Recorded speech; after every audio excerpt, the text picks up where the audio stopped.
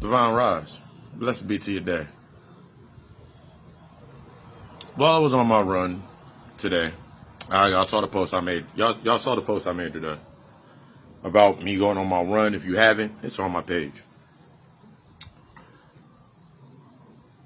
You ever notice that a lot of times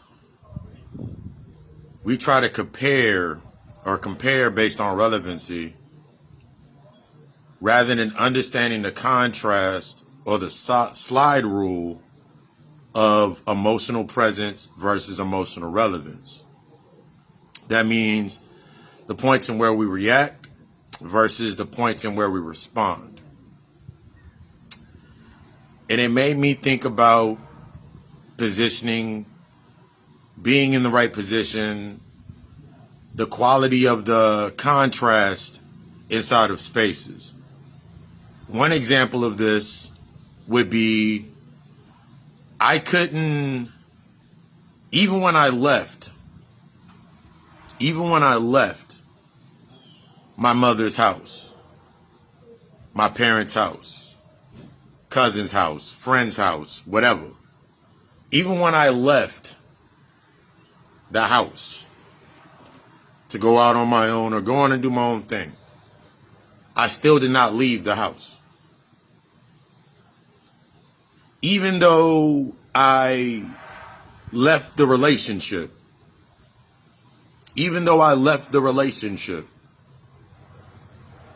physically, somewhat mentally. Scratch that. It was only, even though I physically left the space, mentally, emotionally, I was still tied to the space. Because the reason that I left the space was based on comparison. The only reason I left the space was based on comparison.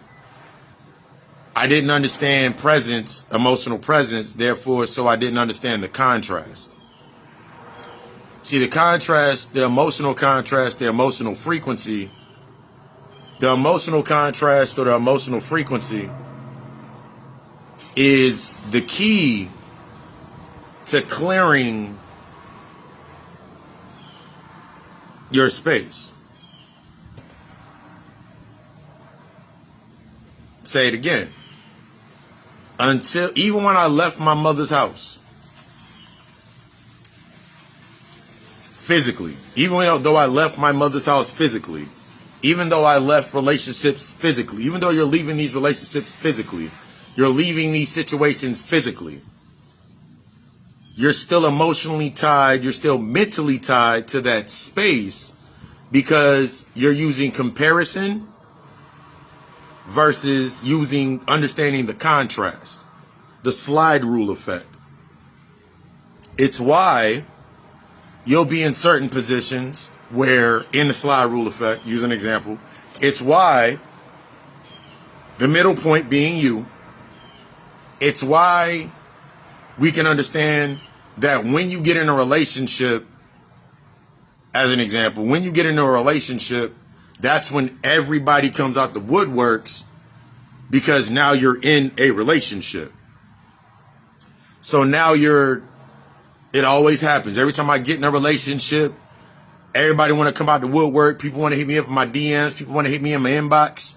All of this good thing, all these things happen. And we use this comparison to set our tone in the infatuation. Remember, yesterday we talked about an infatuation. We use that to set the tone in the infatuation to setting in our pattern and our behaviors. But then, when you're out of a relationship, nobody hits you up.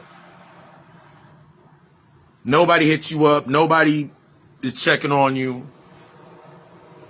And now you feel alone. See, the emotional contrast was what you were already alone. It was just on what point of this slide rule where you at. What part of the slide rule were you at?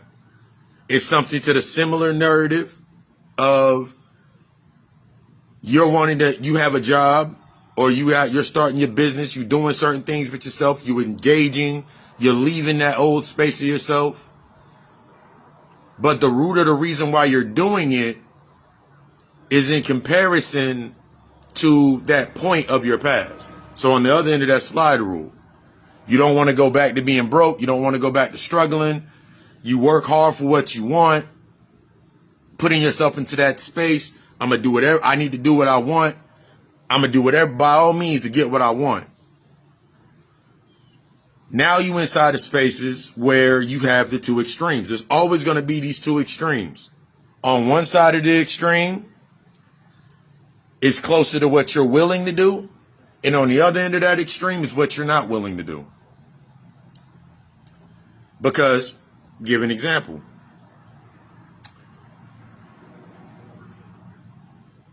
Your willingness and your being independent. You're independent, you're a real nigga, you whatever you want to be, in the middle point. This emotional relevant in the middle point.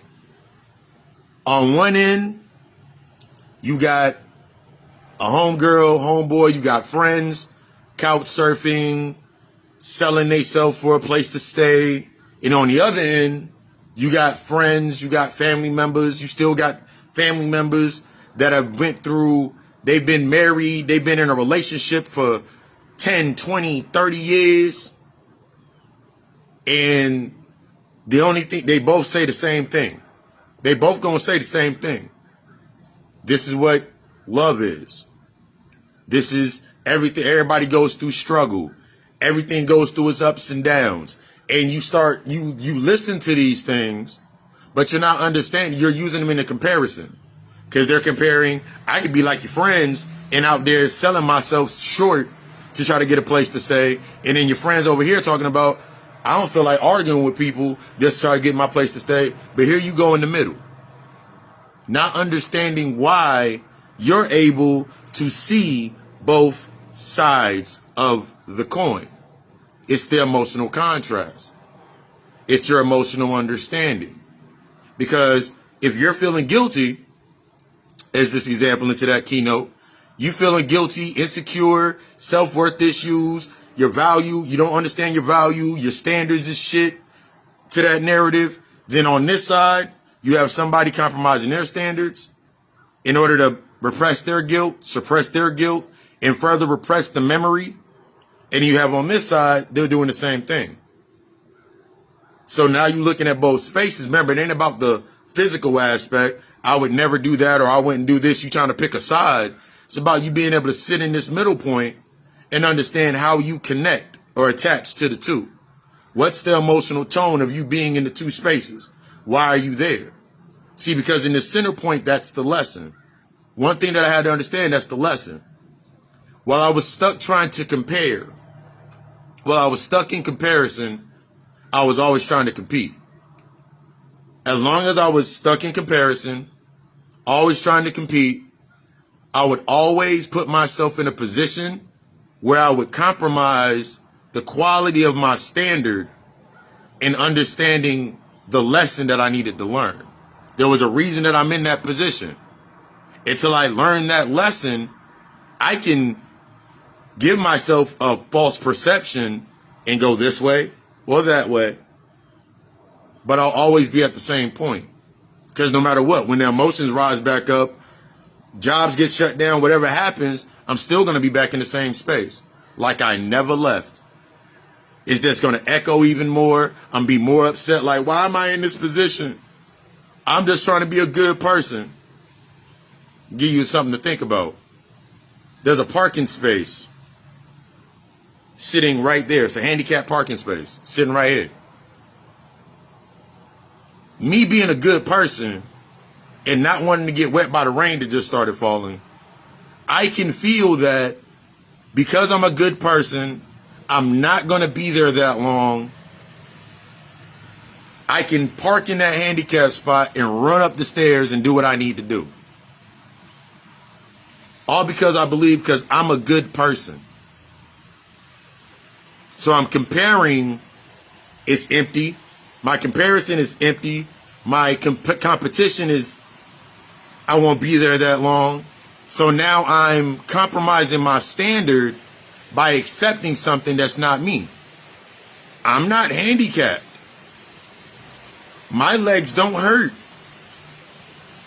I may not want to get wet, but what lesson do I need to learn? Maybe I need to be more prepared. Maybe my lesson has been preparing myself. It's like what I did when I woke up today.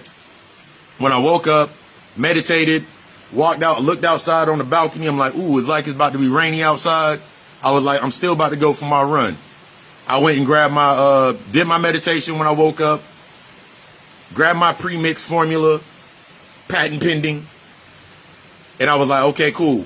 Put on my hoodie, put on my shorts, put on my compression tights, and started going for my walk. I felt it start to rain. Felt it start to rain.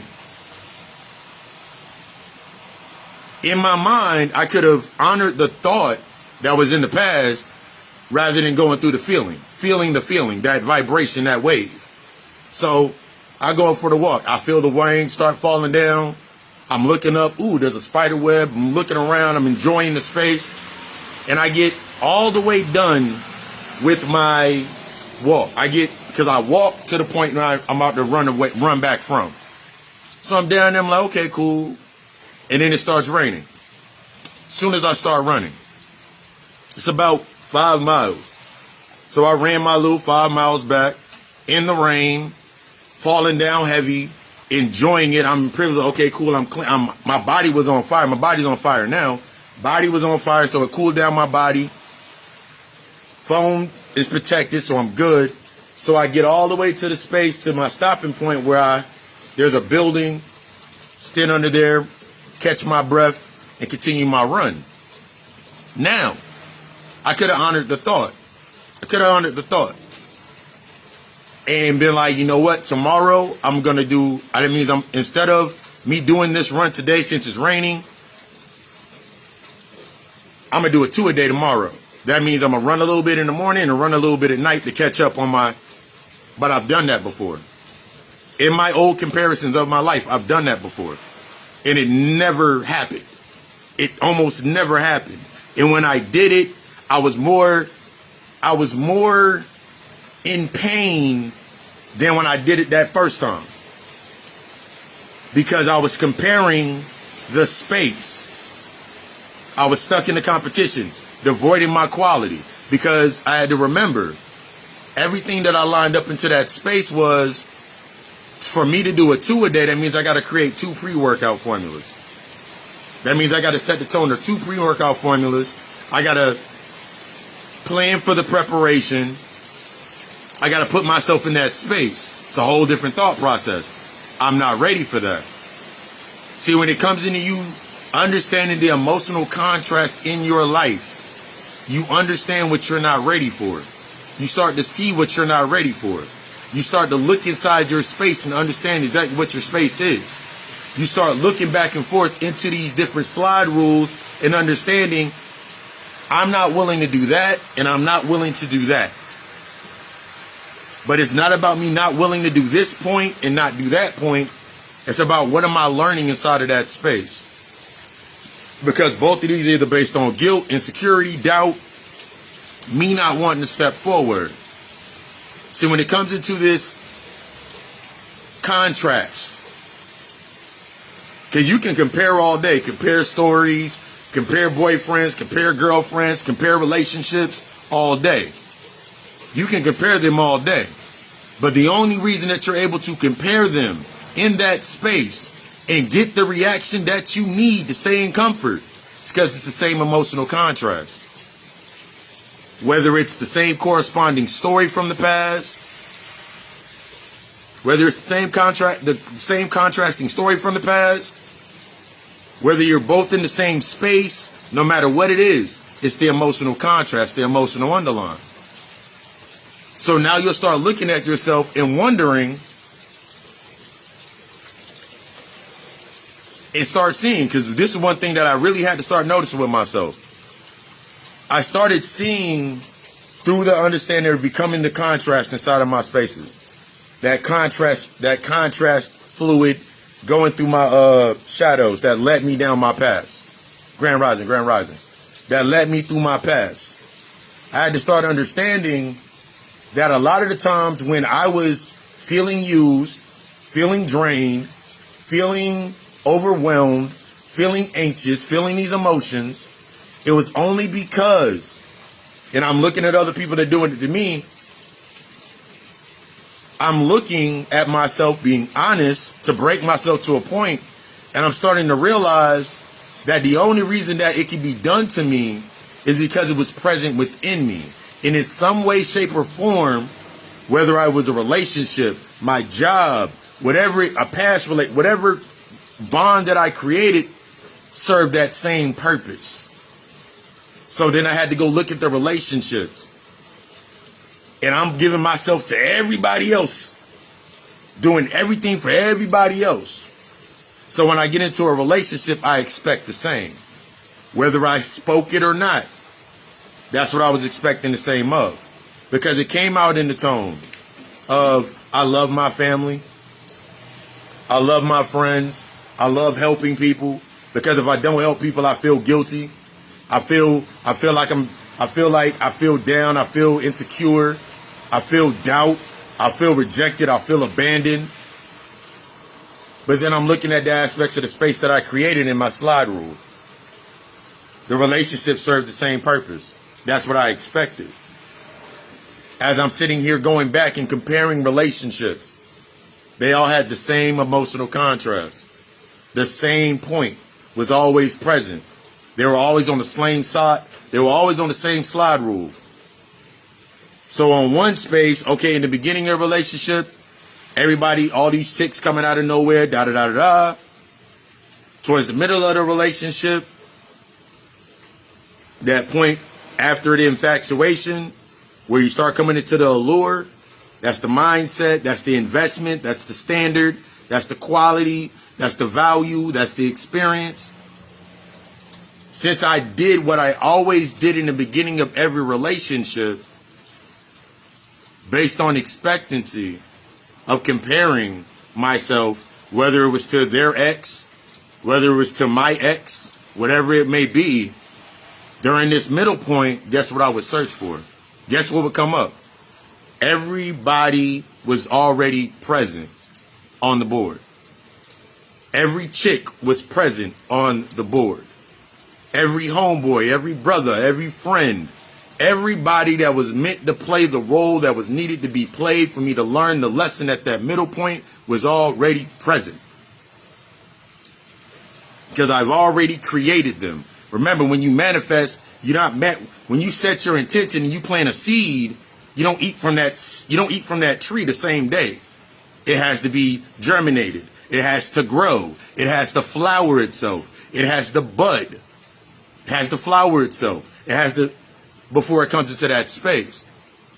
So now you start looking back at your past. That's why I always talk about the emotional rifts of your past have budded the tree that you eat from today. Your emotional past, the things you have not dealt with in your past, those were the seeds that have grown the trees that you deal with today. In your fear and wanting to cut down those trees, prune back that foliage, pull up those roots, assess those trees, assess the garden that you've grown, you're only going to be able to eat of the same energy. It don't matter what you do. It don't matter where. It doesn't matter what you do in a physical sense. It don't matter if you go get the million, you go get the whatever money. You're only going to magnify what is already present. Because you're only germinating and fertilizing what's already present. So if you sitting in shit, you have to assess. This is what I mean by you have to assess your shit. You got to assess your BS. Because until you assess your BS, you don't know what you're feeding yourself. Because everything is a reflection of what's already been fed to the seed. What's already populating your environment, populating your mind and your memories. Because you're still stuck in the comparison. So as long as you're looking for the comparison and you're always competing, you'll always look for the shortcut. I always noticed, as long as I was competing, always based in the comparison, I was always looking for the shortcut. I was always looking for the easiest way. Whether I wanted to admit it or not, I was always looking for the easiest way. I was not ready for the process because I wasn't thinking about the now. I wasn't thinking about living in the now. I was thinking about existing in the now. And when you're living in the now, you embrace the contrast and you get to see everything around you. You become the observer into your space. But when you're living in that existence, the emotional relevance, using your emotions to guide you instead of you guiding while sitting in the emotion, your quality of your life. And then that's when you see things like, oh my God, they got the new car, they got this, they got this, they got the house, they got the car, they got the job, they got everything popping off, they got everything going good for them. But every time you go over there, there's an argument. There's a fight. There's a conflict. Are you willing? What you're seeing in the emotional aspect is, in order to maintain that, I got to continue avoiding these conflicts. I got to continue making faults for the conflict inside of that space until it gets to a breaking point. And then you're sitting there like, see, yeah, I told you, girl, you should have been left him. I told you, dude, you should have been left her. But you missed the lesson entirely. You missed the transition point entirely. Because that was a lesson for you. That was a lesson for you. That's why you could see it. That's why you were able to evaluate it. That's why you were able to feel it. That's why you were able to see it from the outside. That's why you were able to say the certain things that you said. That's why you were able to speak certain things that you said into the space. You could tell them all day, hey, you need time to yourself. But you're only echoing to yourself. I wouldn't put up with that. You're only talking to yourself. That's why they can't hear you. That's why they can't hear you. That's why it takes 3-4 years, months down the line for them to even hear you. They can't hear you because you're only talking to yourself. The louder that you get, you're only talking to yourself. All the way up to the frustrating argument. Y'all don't know who I am. Y'all don't know about me. You're only talking to yourself. That's why they can't hear it. And if they argue back with you, it just raises the distortion level. Because you're used to distorting your own message to yourself. You're used to the distortion. You're used to not being able to see what you need to see. You're used to it. Because you're used to getting what you want and losing all the lessons that you need. These are things that, for myself in learning where I'm at now, these are the things that I had to understand when it came into understanding the importance of contrast. The importance of contrast. Because if I didn't understand the importance of contrast, I'm talking about my mentor, my branding mentor. If I'm not willing to go into my extreme of myself, how the fuck can I provide the service for anybody else? I'll accept anything. I'll accept anything with no filter or no boundary in place. See, a lot of times I was accepting things based on the boundaries that I had in place. A lot of times I was accepting things based on the boundaries I did not have in place. So then, when something emotional would happen, and it's supposed to happen, something emotional would happen to where I was forced out of my comfort zone,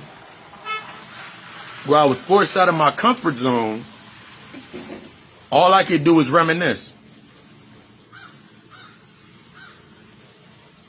Compare the spaces instead of understanding the contrast. Because in the contrasting tone, I already said it. In the contrasting tone, I already said it. I already said how many times. How many times did I say I was going to leave? How many times did I hear I'm about to leave? I'm living in the contrast of the echo. How many times did I hear when I was little, my pops is about to leave? My mom was going to leave. How many times did I hear that? Because it's magnified by how many times I said it inside the job. How many times I'm gonna leave this job. I'm gonna leave this relationship. I'm gonna leave this friendship. Kept saying it over and over and over again. I'm only echoing from the original point. So do I honor the thought? Or do I honor the emotion? Remember, you've done it unconsciously. Because you'll get mad at your job. You'll get mad at the relationship. And you'll be angry. And then you'll say you're going to leave. And then when the anger dissipates, goes back down, the distortion goes down, you go back and you say you're sorry. You go back and say you were stressed. You go back and say the same thing all over again. Because you're honoring the emotion. You've always honored the emotion. You've always put yourself in the aspects of the emotional relevance. Only when I'm angry, I'm going to leave. Because I learned that when I'm angry, I can threaten to leave. And they'll change. They'll apologize. I don't know what an apology is. They'll say sorry. They'll apologize. They'll do something to make it up to me. They'll give me what I want. Because I'm going to do anything to get what I want. So I'm going to stay emotionally manipulative until it no longer works. Now I'm emotionally manipulative because it no longer works. So now I got to look at the space to where I thought I was simply trying to get what I wanted. I got to accept I was using emotional manipulation. That's why that person came into your space. That's why that friend ain't shit.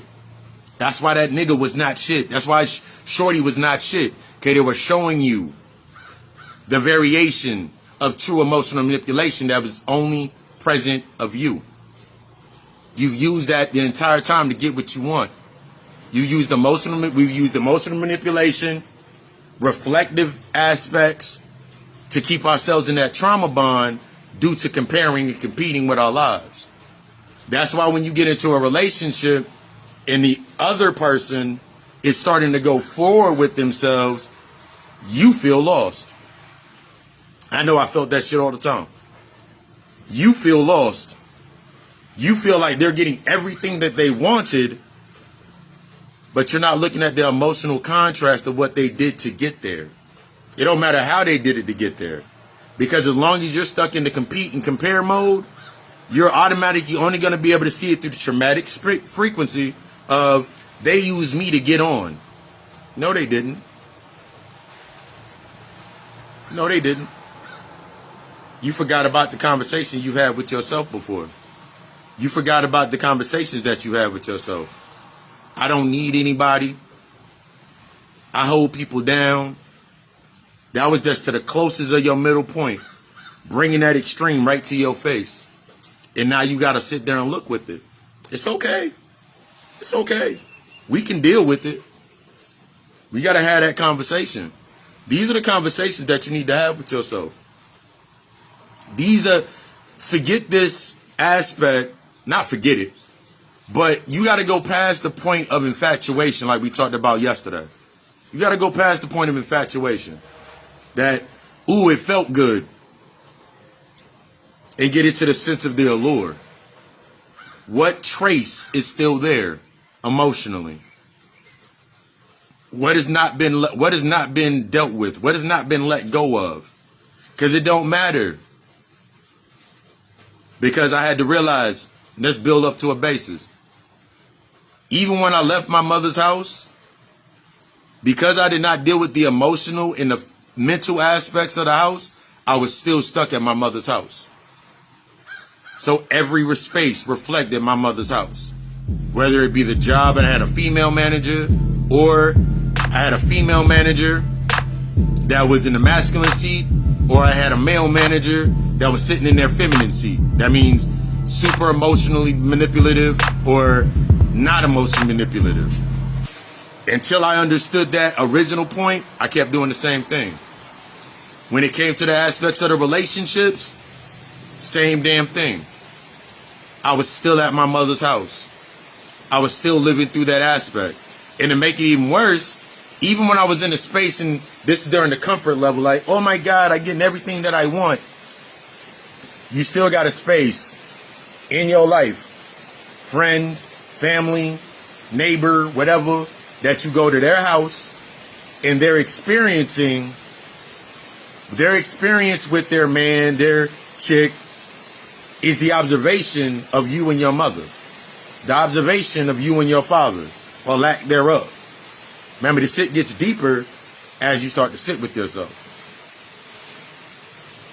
Comparison brings competition, will always have you compromising your standard.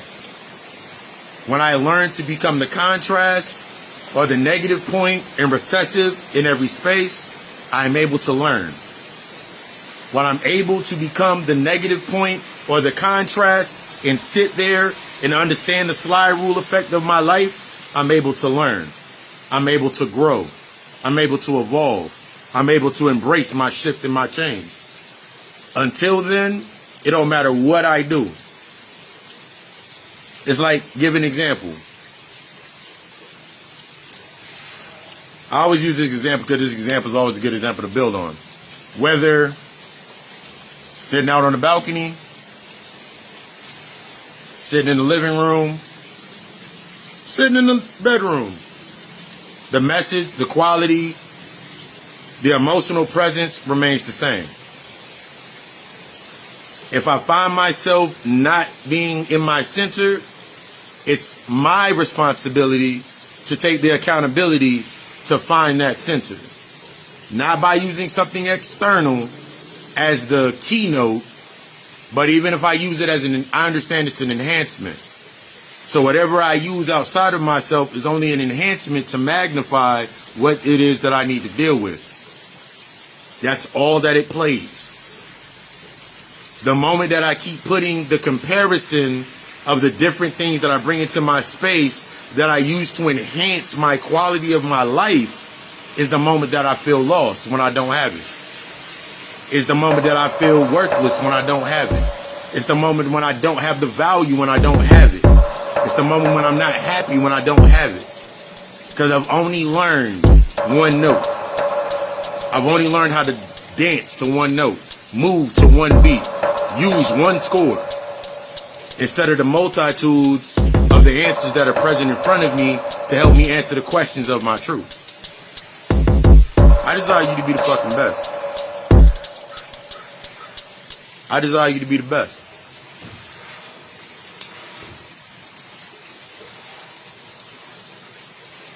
Today's works include working on the finish putting together these aspects and doing this points for the retreat. Got a couple of sessions that I'm setting up for the rest of the week.